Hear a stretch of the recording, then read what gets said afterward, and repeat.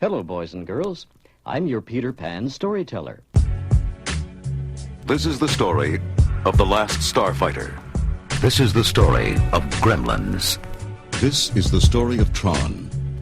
This is the story of Raiders of the Lost Ark. This is the story of The Empire Strikes Back. You can read along with me in your book. You can follow the story along with me. Every time you hear this sound, Turn the pages when you hear this sound. You will know it is time to turn the page when you hear the computer sound like this.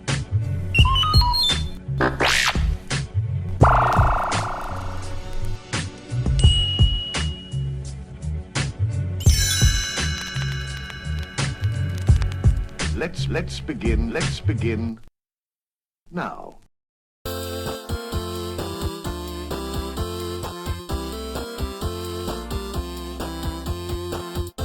Hello everybody, welcome to the latest episode of When You Hear This Sound, brought to you by the Space Monkey X Audio Workshop. This is your host, Rob Lamley. Hopefully by now you have most of your holiday shopping done, but if not, here are 2 more $6 Million Man Christmas adventures to keep you company as you drive around getting those last-minute gifts. If you missed the last episode, I'm presenting a single record this December, the $6 Million Man Christmas Adventures. Last week we covered side A of the album, and this week we'll be listening to side B. The stories this week are called Christmas Lights and Elves Revolt. While both of these are fun stories, Elves Revolt is a crazy ride, so strap in tight for that one. The elves in Santa's workshop go on strike and bring in a gun-toting enforcer to make sure Santa comes to the bargaining table. Seriously, it's a trip and absolutely worth listening to. Before we head over to the record, I just wanted to say thank you for hanging out with me this year as I've rebooted When You Hear This Sound. This will be my last episode of 2023, but I'll return in 2024 with plenty more weird and wonderful albums lined up for the new year. Be sure you subscribe to follow along with the fun. And with that, let's get to the record. Here is side B of the $6 Million Man Christmas Adventures, released by Peter Pan Records in 1978. Happy holidays!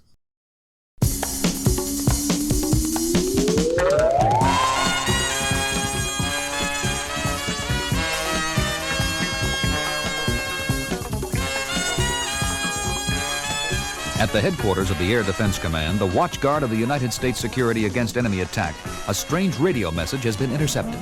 Unable to decipher the highly sophisticated code, experts have forwarded the message to the Office of Scientific Intelligence in Washington.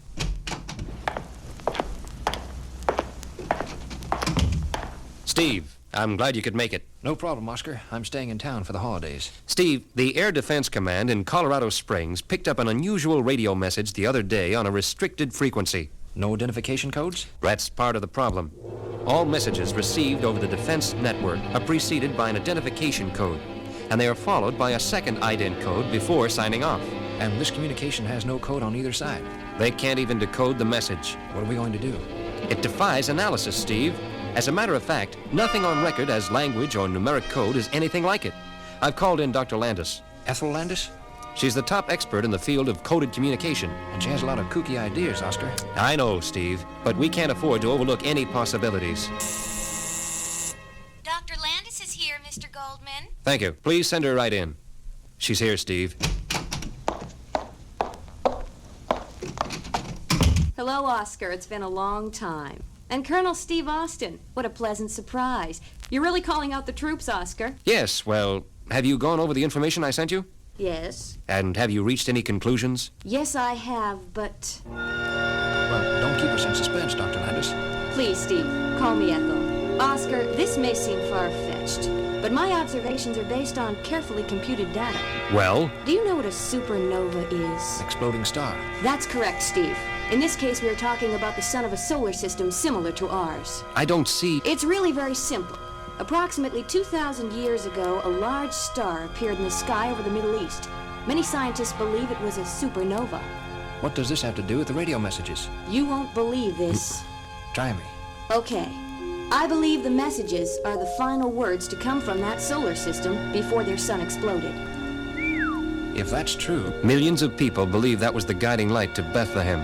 It was. And that is why it is imperative to decipher the message. You haven't done that? I can't. The radioactivity in our atmosphere is cutting down the reception. The only way to get the entire communique is to send someone up into space above the radiation belt. Looks like I've been elected. 2 days later at Cape Canaveral, Colonel Austin and Dr. Landis are in the forward stage of a Titan rocket awaiting takeoff. I didn't realize you were going to join me, Doctor. Someone who is familiar with intergalactic communications had to go. Do you really think that this may be some sort of Christmas greeting? It's the only thing that makes sense. 15 seconds, Steve. All systems show green for go. Fuel positive, safety breakers on, escape mode is armed.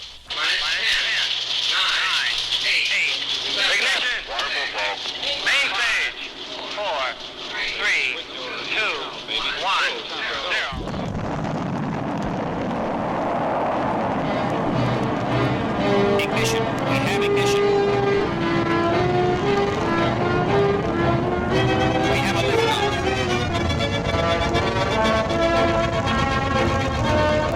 Houston, this is Voyager 1. We are 20 minutes into flight. We are climbing to predestined orbit for receipt of communication. You're cleared for orbit climb, Voyager. Adjust speed to 1200 knots. Roll to 45 degrees left. Roger, Houston. Rolling to 45 degrees port. Speed to 1200. I'm starting to receive the message, Steve. I'll turn on the recorders. Steve, we show a trouble light down here. My panel is clear, Oscar. Everything seems fine. Check your guidance system. Left end gyros. Still negative, Oscar. We show trouble indicators.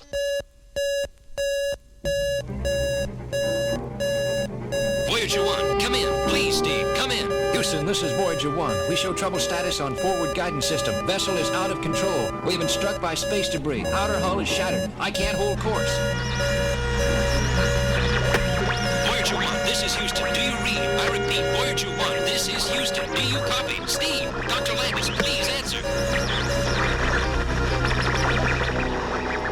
Houston, this is Voyager 1. Do you read? Oscar, come in, please. Come in. It's no use, Steve. The radio's dead. What happens now? We drift. For how long? Until the end. There's nothing to be done, even with your bionics? I'm afraid we're helpless.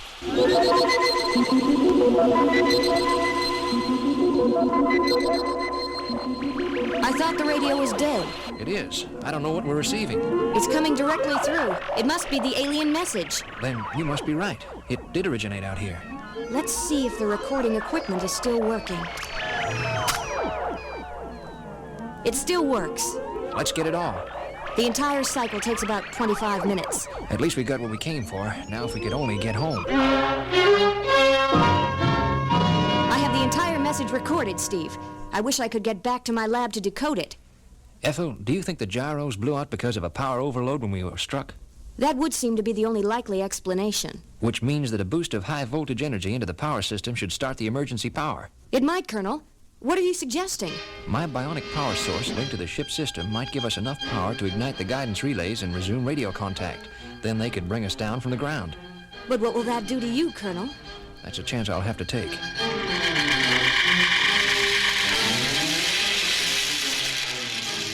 Colonel Austin! Steve! Are you all right? Steve, answer me! Voyager 1, do you read? I repeat, Voyager 1, come in. This is Voyager 1. Colonel Austin is seriously injured. Please bring us home.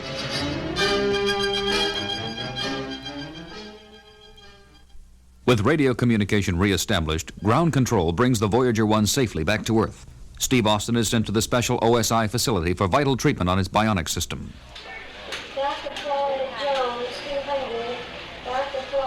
Hey, buddy. Merry Christmas, and welcome back to Earth. It's good to be back.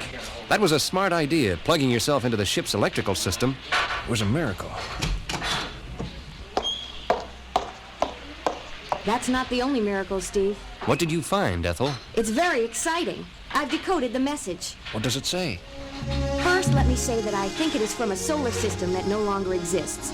It might have been a warning sent out by the inhabitants of the system when they realized their sun was going to explode. You mean the supernova? That's right, Oscar. What was the message? As close as I can interpret, it says, prepare for a new day. That's all? Yes, but what is really ironic is that the message is just reaching us now. What do you mean? My original theory was right. The supernova occurred exactly 2,011 years ago, on the first Christmas Eve. Who is talking about miracles?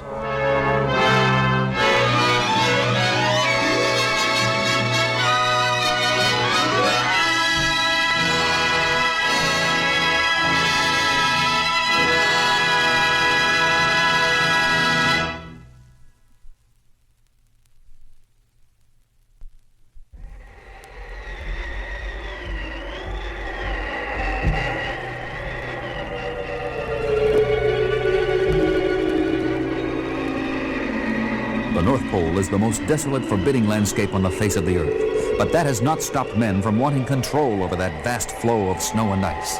But only one man has succeeded in setting up a comfortable home and a thriving business. Ho, ho, ho, ho. Come on, fellows, let's get back to work. Not until we discuss a change in the working conditions. Curio, since when do you speak for the others? I'm the foreman. We demand a higher salary and better hours. We can discuss that after Christmas. We only have 6 days left until delivery, Christmas Eve. That old routine won't work anymore, Santa Claus. We have to earn a decent living. No pay increase, no work. Then I will hire other elves to finish the toys. No, Santa, you won't do that either. And just who is going to stop me? I will.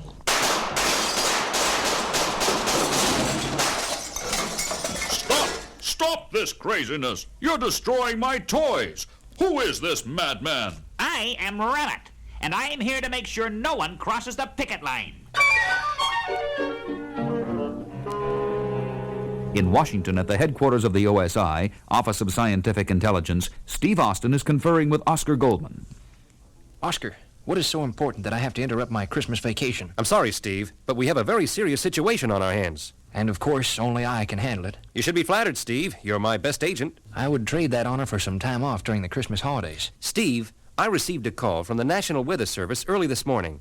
I didn't know they were part of the Defense Intelligence System. They most certainly are. We need them for satellite reports, weather forecasts for the Air Force. I get the idea, Oscar. What's the problem? The polar ice cap at the North Pole. Don't keep me in suspense, Oscar. It's melting, Steve. You can't be serious. The North Pole melting? According to my calculations, the temperature under the ice is rising at the rate of 1 degree per hour. How much time does that leave us? If the rate of thaw continues at its present speed, the entire northern hemisphere could be under 2 feet of water by Christmas Day. That's only 5 days from now. Steve, you must get up to the polar region immediately. You can function without worrying about the weather conditions. Are there any leads, Oscar? Just this. We've discovered certain areas are giving off artificial heat. We've been able to pinpoint some of the generating points from our satellite sensors. I suggest we try those areas first. What do you mean, we, Oscar? I'm going with you.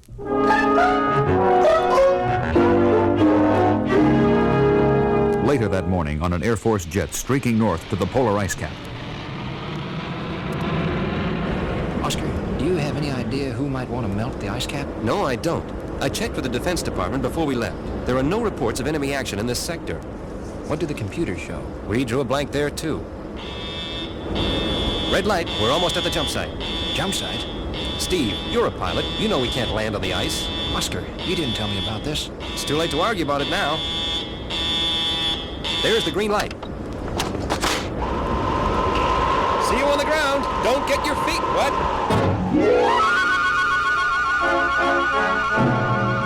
After landing on the cold Arctic surface, Steve and Oscar unload the gear they need to find the heat source. Let me handle the heavy stuff, Oscar. You never cease to amaze me, Steve. We, too, are impressed by your great strength.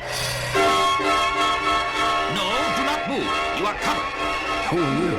That is none of your business. If you're going to point that machine gun at me, I would say it's my business.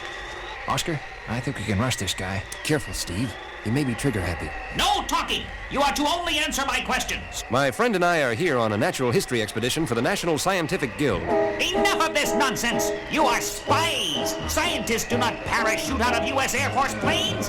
What is your mission here? We came to see Santa Claus. He's right behind you. Where? Now, Oscar.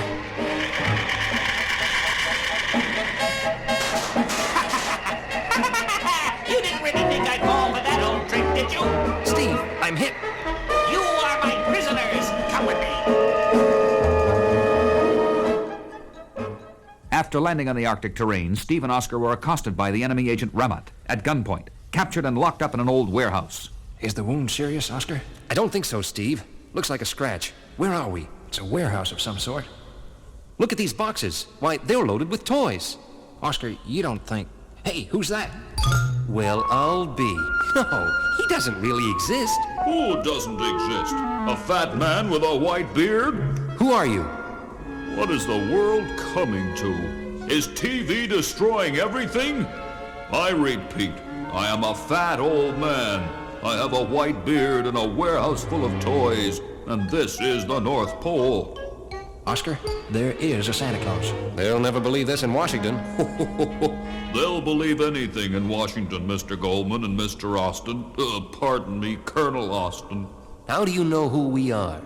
From up here, I can see everything. Could we strike a deal in some bionic man dolls? I think it would really help business. Maybe later, but first tell us what's going on here. It started out as a labor problem. My workers... You mean there are elves, too? Sure, I can't afford full-sized people. They eat too much. Go on. Curio, my foreman, organized a strike and called in this gun-toting terrorist, Ramat, to be his enforcer. And they locked me up in here. But why is he trying to melt the ice cap? To put the heat on. If he floods out my warehouses by Christmas, I won't be able to deliver any of these toys. Not to mention what it could do to the entire world. We'd better hurry. There are only 2 days left until Christmas.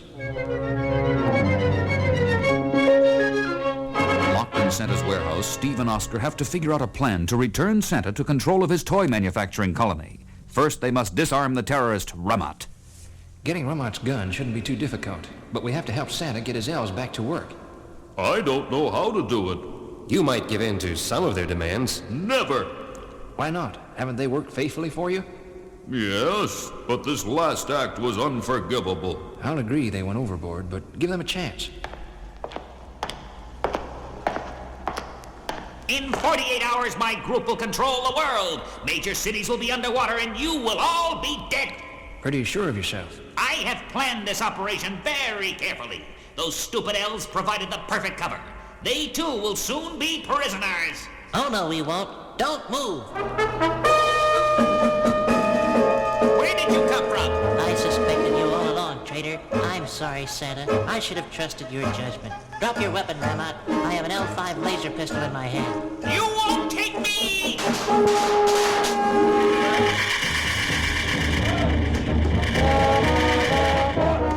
It's all over, Ramat. You're coming back to the United States to face trial. First, he's going to tell us where the heat generators are located. Never! Let me handle this, Colonel. He's all yours. As I was saying, Ramat, before the little skirmish which just took place, this is an L5 automatic laser pistol. It will cut you in half in a matter of seconds. This is your last chance to talk. I'll tell! I'll tell! Later, after all the heat generators have been cleared and Oscar has seen that the temperature is falling back to normal, he and Steve prepare to leave with their prisoner.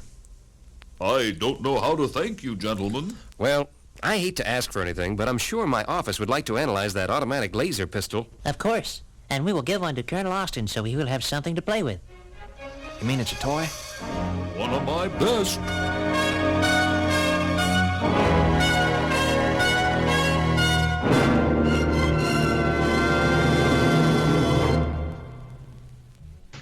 Thanks for stopping by the show today. Be sure to subscribe on iTunes, Spotify, or your favorite podcast app. You can head over to spacemonkeyx.net for pictures, links, and additional information about this episode, and check out some of the other podcasts presented by the Space Monkey X Audio Workshop. This has been your host, Rob Lamley. Thanks for listening to When You Hear This Sound, the podcast dedicated to the weird and wonderful world of read-along record books and storybook vinyl. I'll see y'all next time.